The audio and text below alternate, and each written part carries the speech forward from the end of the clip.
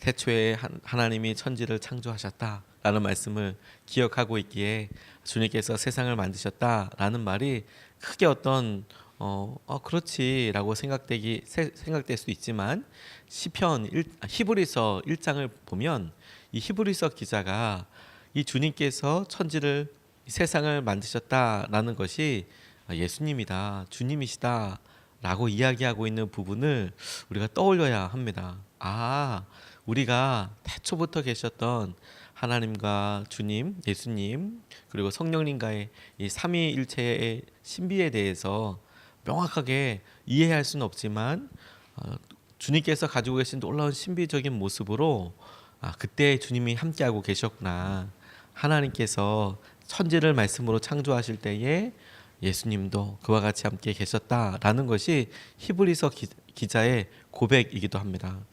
그러니까 시편에 대하여 그리고 오늘 이 본문 말씀에 통하여 이 본문 말씀이 주님께서 오실 메시아 예수님에 대해서 이야기하고 있는 거라면 그 메시아에 대한 기본적인 믿음이 천지를 창조하실 때부터 계셨고 영원히 변하지 않으시는 모습이다 라고 고백하고 있는 것이 이제 우리는 예수님의 얼굴을 보고 형상을 보고 그분의 말씀을 듣고 그 이후에 이것이 우리에게 어떻게 적용되는지 중요한 믿음이 될 수 있겠다고 싶습니다. 오늘 주님께서 이 본문 말씀을 통해서 우리에게 구약의 메시아를 기다리던 사람과는 또 다르게 고백하는 의미와 도전으로 주신 것 한 가지는 주님이 세상을 창조하셨다라는 이야기입니다. 25절 말씀에 보면 그 옛날 주님께서는 땅의 기초를 놓으시며 하늘을 손수 지으셨습니다. 이렇게 이야기하고 있습니다.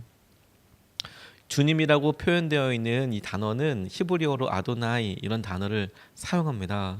그래서 주님이라는 단어를 예수님이 살아 계셨을 때 로마 사람들도 큐리오스라는 단어로 신 혹은 황제를 이야기할 때 썼던 단어이지만 이 히브리 단어에도 아도나이 그래서 주님이란 단어를 사용했습니다.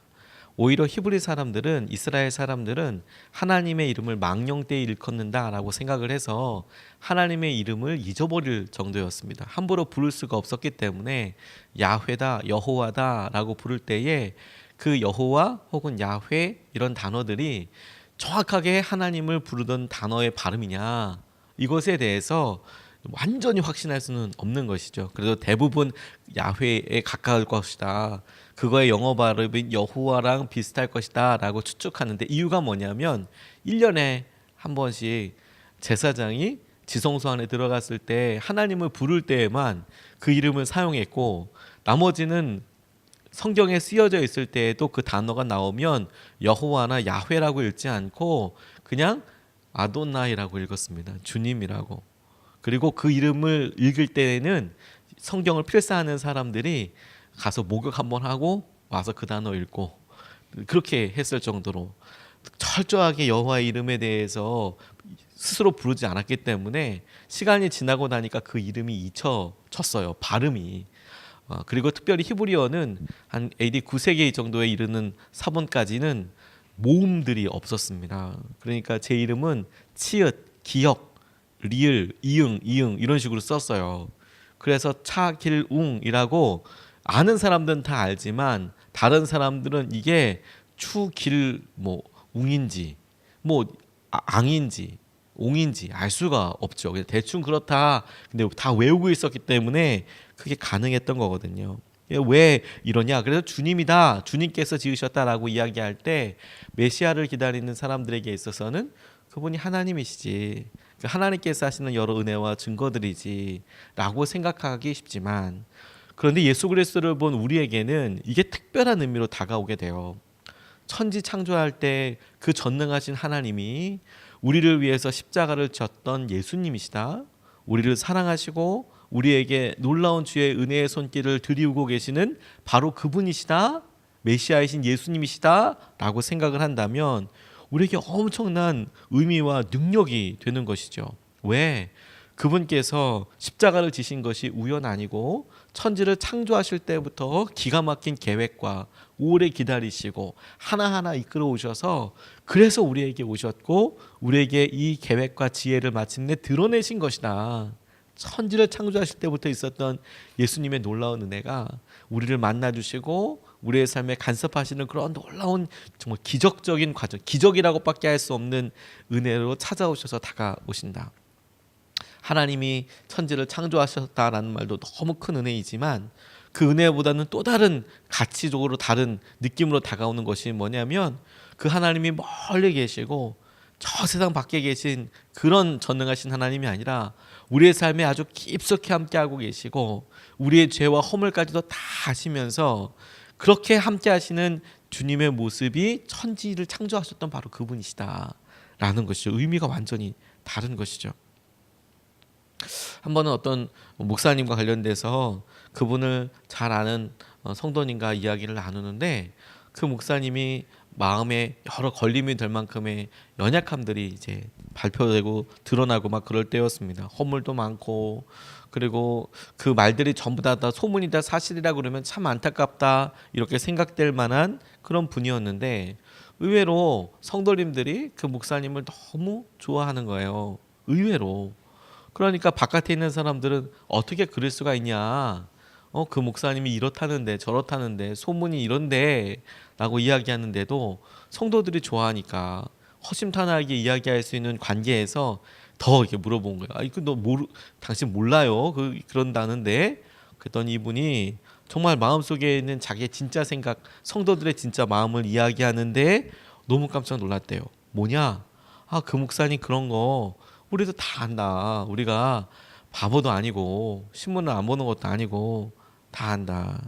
그런데 그 목사님 볼 때마다 그 목사님 우리랑 너무 똑같다. 그리고 우리를 너무너무 잘한다. 잘한다. 오셔서 이렇게 얘기하고 그러면 너무너무 잘한다. 잘한다. 그런 이야기를 이렇게 하시더라고요. 근데 제가 얼마 전에 장례 때문에 한번 어느 성도를 방문한 적이 있었는데 그 방문해서 밤에 조문하고 위에서 기도해드리고 그런데 너무 깜짝 놀랐던 게 그 큰 교회 목사님이 거기 이미 이제 전화를 주셨다는 거예요. 전화도 주시고 전화도 기도해 주시고 뭐 이렇게 하셨다는 이야기를 듣고 야 대단하다 대단하다. 똑같이 수요 예배에 있어서 물론 저는 설교를 해서 그렇지만 그렇게 큰 교회 목사님이 이런 것까지 전화로 다 챙기고 성도들의 마음을 살핀다는 것이 이런 거겠구나. 그러니까 허물이 있고 연약한데 이분이 나를 알아. 이분이 나를 잘 기억하고 있는 것을 내가 알아. 그게 엄청 놀라운 감동이 되더라고요. 그런데 허물이 많은 연약한 사람도 그렇게 할진데 천지를 창조하신 그 주님이 나를 잘 아셔. 나의 연약함도 잘 아셔. 그래서 날 위해 십자가 지셨어. 이게 우리에게 엄청난 놀라운 약속이고 감사이고 능력이 되는 것이죠. 그렇구나. 주님께서 우리를 그렇게 사랑하신 거구나. 마틴 루터 킹 목사님이라고 흑인들이 이제 인권 문제와 이런 것들 때문에 여러 어려움과 과정들 그리고 이제는 좀 똑같이 살아야 되지 않을까라는 일련의 여러 일들을 했을 때에 그 지도자 역할을 했던 분입니다. 근데 이분이 하도 어려움들 많이 겪을 때 이렇게 생각을 했대요. 고통이 거세게 휘몰아칠 때 그것에 대처할 수 있는 방법은 두 가지가 있다는 사실을 깨닫게 되었습니다. 하나는 고통스러움에 대하여 직접 반응하는 것이고 힘드니까 막 그냥 직접 반응하는 것이고 나를 때려? 그럼 나도 폭력이야. 나한테 너희들이 그렇게 해? 나 똑같이 갚아줘. 이런 식으로 고통에 다가가는 방법이고 다른 하나는 그 고통을 창조적인 힘으로 바꾸는 방법을 찾는 것입니다. 내게 그렇게 폭력이 있고 나를 그렇게 너희들이 그렇게 차별해? 그러면 나는 차별하지 않을 거야. 나는 그 대신에 이렇게 할 거야. 창조적인 힘으로 바꾸는 것이죠. 그래서 이 마틴 루터 킹 목사님이 나는 후자를 선택하기로 했습니다. 나는 최근 몇 년 동안 과분한 고통이 오히려 나를 구원으로 인도한다는 확신을 갖고 살고 있습니다. 이렇게 고백을 하셨다라는 거예요. 근데 이게 힘들고 어려운 일이지. 저는 이게 천지를 창조하신 예수님이 우리랑 함께하고 있어 라고 우리가 믿게 된다면 우리가 붙잡을 수 있는 믿음이라는 생각을 하게 됐어요. 내가 건강 때문에 너무 힘들고 아프고 두렵고 우리가 자녀들 때문에 한 해가 지나가는 것으로 인해서 우리 마음의 계획과 우리 마음의 간절함이 어떤 구체적으로 일어나지 않는 것 같은데, 그럴 때 내가 이거 이대로 지나가는 걸까? 무기력하고 끝나는 것이 아니라 하나님께서, 예수님께서 천지를 창조하셨지. 그때부터 계셨지. 그분이 우리와 함께하고 계시니 우리가 우리 안에 있는 이런 어려움과 우리 안에 있는 이런 한계들을 창조적이고, 주님 세상을 만드시고 창조하시는 분이신데 우리의 삶도 우리의 진로도 우리의 관계도 다시 만드실 수 있는 분이지. 이걸 창조적인 힘으로 바꾸고 믿음으로 고백하면서 계속해서 주님 앞에 나아갈 수 있겠구나. 그게 천지를 창조하셨다라는 예수님의 마음을 통해서 우리가 함께 붙잡을 수 있는 믿음의 첫 번째다라고 그렇게 생각하게 됐어요. 두 번째로 붙잡은 말씀은 주님이 영원하시다라는 거예요. 26절 말씀에 보면 하늘과 땅은 모두 사라지더라도 주님만은 그대로 계십니다. 그것들은 모두 옷처럼 낡겠지만 주님은 옷을 갈아입듯이 그것들을 바꾸실 것이니 그것들은 다만 지나가 버리는 것일 뿐입니다. 이렇게 이야기하고 있습니다. 주님은 영원하시다. 언제나 동일하시다. 그분이 하신 말씀과 약속 또한 언제나 동일하시다. 영원하신 주님이 우리 삶을 영원한 당신의 삶으로 초청하고 계세요. 영원하신 당신의 삶 앞으로 나아오라, 다가오라 라고 말씀하고 계시는 것이죠. 주님께서 영원한 모습으로 이 땅에 계실 때에 사람과 아무런 접촉점이 없었던 것이 아니요, 끊임없이 개입하시고 하나님의 말씀을 우리에게 주시고 알도록 깨닫게 하시고 선지자들을 보내주시고 그렇게 계속해서 우리를 당신의 진리와 영원한 삶으로 초청하고 계세요. 근데 주님께 마음을 드리고 시간을 드리는 것이 우리에게 있어서 그 영원한 주님의 계획과 영원하신 주님과 동행하는 방법이 되는 거예요. 우리가 길게 살아서 100년을 짧다고 이야기할 수밖에 없는 삶을 살 때, 하나님, 내가 청년의 때 가졌고 내가 중년의 때 열심히 살았고 내가 이제 노년의 때에 가지고 있었던 마지막 희망과 소원들이 우리가 세상 사람들과 똑같이 그냥 이렇게 살다가 이렇게 끝나는 건가요?가 아니고, 주님께서 그 사이사이마다 우리에게 믿음의 고백을 하게 해주시고 영원하신 주의 은혜 가운데 사라져버리는 것이 아니라 주님께서 우리에게 함께 하시고 주님께서 이것을 이어가게 하시고 영원하신 주님과 함께 동행하게 되는 놀라운 통로가 되더라. 주님과의 사귐을 통해서 주님의 한량없는 마음을 조금이나마 이해할 수 있게 되고, 그리고 그분을 더욱 신뢰하게 되는 거예요. 주님과 함께하게 가는 것이죠. 다만 우리에게 있어서 주님 앞에 믿음으로 나아간다는 것이 막연하게 그냥 천국은 그래 좋은 거야, 천국은 이런 거야 라고 생각하는 그런 모습으로가 있는 게 아니라 주님께서 우리에게 구체적인 삶의 모습과 고백과 기대를 하게 주시는 거죠. 조금 안타까운 예이긴 하지만 허클베리 핀의 모험이라는 책에 보면 허클베리 핀이 가난한데도 장난꾸러기 아이이죠. 근데 그 허클베리 핀이 자기를 그래도 아껴주는 아주머니한테 천국에 대한 이야기를 듣는데, 이 아주머니가 그냥 짧게 묘사할 수 있는, 단순하게 묘사할 수 있는 그래 천국은 하프를 영원토록 치면서 행복하게 사는 곳이야 이런 이야기를 해줬나 봅니다. 평생 노래하면서 하프를 켜면서 그렇게 영원토록 살 수 있는 곳이야. 그런데 허클베리 핀이 뒤를 돌아서면서 그러면 나는 안 가야지 이런 생각을 했대요. 장난하고 놀고 뗏목 타고 나 이런 거 좋은데 내가 어떤 세상에서 뭐 여기 사 있는 거 다 그만두고 난 할 줄도 모르는 하프를 평생 영원토록 해야 된다면 거긴 내가 갈 곳이 아니구나 이런 생각을 허클베리 핀이 그 어린 모습으로 이야기하는 게 나옵니다. 우리가 생각하는 천국의 모습이 그냥 아주 추상적이고 단편적인 이유는 하나님을 경험하지 못했기 때문에 그래요. 영원하신 주님에 대해서 우리가 실제로 믿음으로 나아가고 고백했을 때 그분이 어떤 의미로 우리에게 찾아오시고 붙잡아 주시고 인도해 주시고 이끌어 가시는지를, 그리고 우리가 어떻게 그 믿음으로 반응하는 것을 통해서 영원한 주의 은혜로 동참하게 되는지를 잘 경험해 보지 못했기 때문에, 기대하지 못하기 때문입니다. 스티브 메트카프라는 분이 아버지도 선교사, 중국 선교사, 본인도 아버지가 선교하니까 그곳에 따라가서 같이 선교사, 이렇게 삶을 살았어요. 어렸을 때야 본인이 그곳에 있는 정체성을 깨닫고 선교사 삶을 살았겠습니까? 부모님이 가니까 잡혀간 거고 같이 있는 거고, 부모님이 선교하다가 당시에 뭐 여러 전쟁이나 이런 것들 때문에 수용소 생활을 하시니까 같이 잡혀가게 된 거고, 피부 색깔이 다르니까 중국에서 자기는 외국 사람이니까. 근데 바로 걸려서 어려운 삶을 사는데, 그럼에도 불구하고 하나님께서 그분들을 참 많이 다루셨어요. 그 가정들을 어려운 수용소에서도 지켜주시고, 특별히 수용소에서는 우리가 잘 알고 있는 불의 전차의 에릭 리델이라는 운동 선수가 중국에 이렇게 선교 왔다가 붙잡힌 거예요, 같이. 역시 피부 색깔이 다르니까 전쟁이 일어나고 그러니까 스파이 아니냐. 그래서 중국에서 다 잡아들였거든요. 그래서 에릭 리델이랑 같이 수용소 생활을 했어요. 그래서 일본에 대한 마음도 확 닦이고 중국에 대한 마음도 확 닦이지 않겠습니까? 그런데 에릭 리델이라는 사람을 통해서 믿음은 이렇게 쓰는 거구나, 그걸 보고 또 부모님들이 보여주신 것을 보고 나중에 이 스티븐 메트카프도 그리고 이 누나도 선교사로 결단하게 됩니다. 스티븐 메트카프는 당시에 자기들의 수용소 생활을 하게 했던, 그러니까 중국 사람들도 그랬지만 일본이 중국을 점령하면서 그 외국 사람들 다 모아서 수용소 생활하게 한 거였거든요.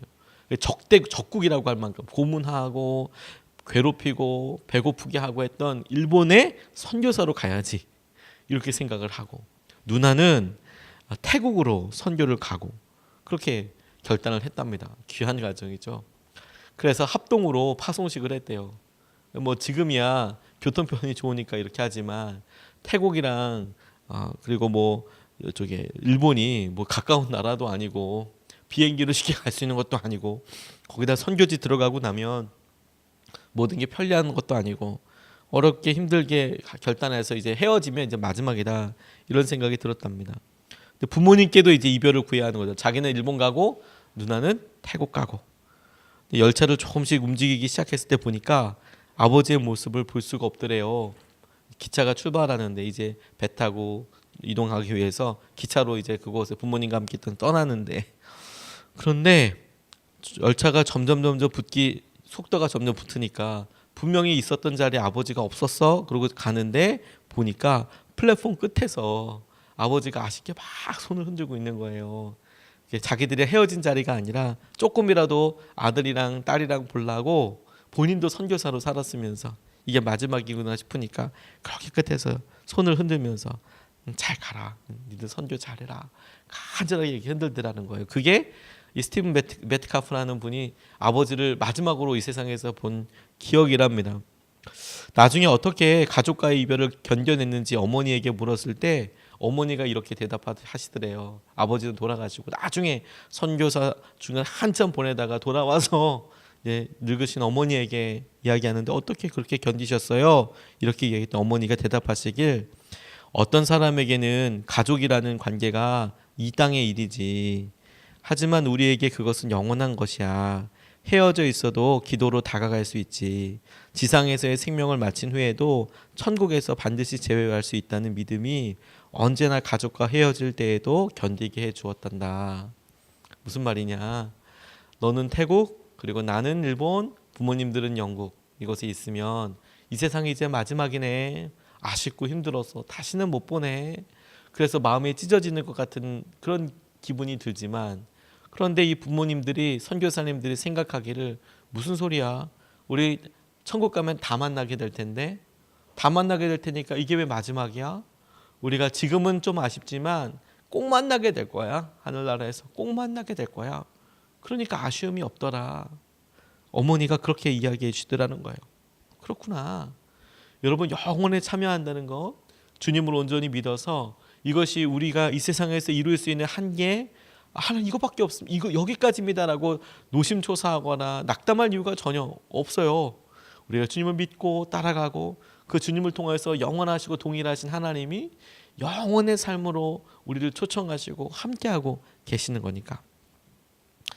1956년 1월 8일에 똑같은 고백을 했던 사람 하나가 순교를 당합니다. 짐 엘리어트라는 분이 아우카족에 선교하러 갔다가 4명이 복음을 전하라고 하는 그 아우카족에게 정말 처참하게 순교당하는 일이 있었는데, 그 일 때문에 아우 장래가 촉망되고 똑똑한 사람들이 이 밀림에 들어가서 뭐 하는 짓이냐, 이게 낭비 아니냐, 이 비극 아니냐, 이렇게 이야기하고 사람들에게 막 그 남겨져 있는 아내한테 이야기했을 때 전혀 그렇지 않다고 대답하면서 지금 엘리엇이 평소 때 이야기했던, 즐겨 이야기했던 문장 하나를 소개했습니다. 결코 잃어버려서는 안 되는 것을 얻기 위해 자기가 영원히 가지고 있을 수 없는 것을 내어주는 사람은 바보가 아니다. 결코 잃어버려서는 안 되는 것을 얻기 위해 자기가 영원히 가지고 있을 수 없는 것을 내어주는 사람은 바보가 아니다. 어차피 없어질 건데 영원히 내가 갖고 있는 건 아닌데 내가 이거 지키기 위해서 내가 영원히 이렇게 진짜 중요한 가치들, 내가 이걸 지키기 위해서 언젠간 내게 사라질 거야, 없어질 거야.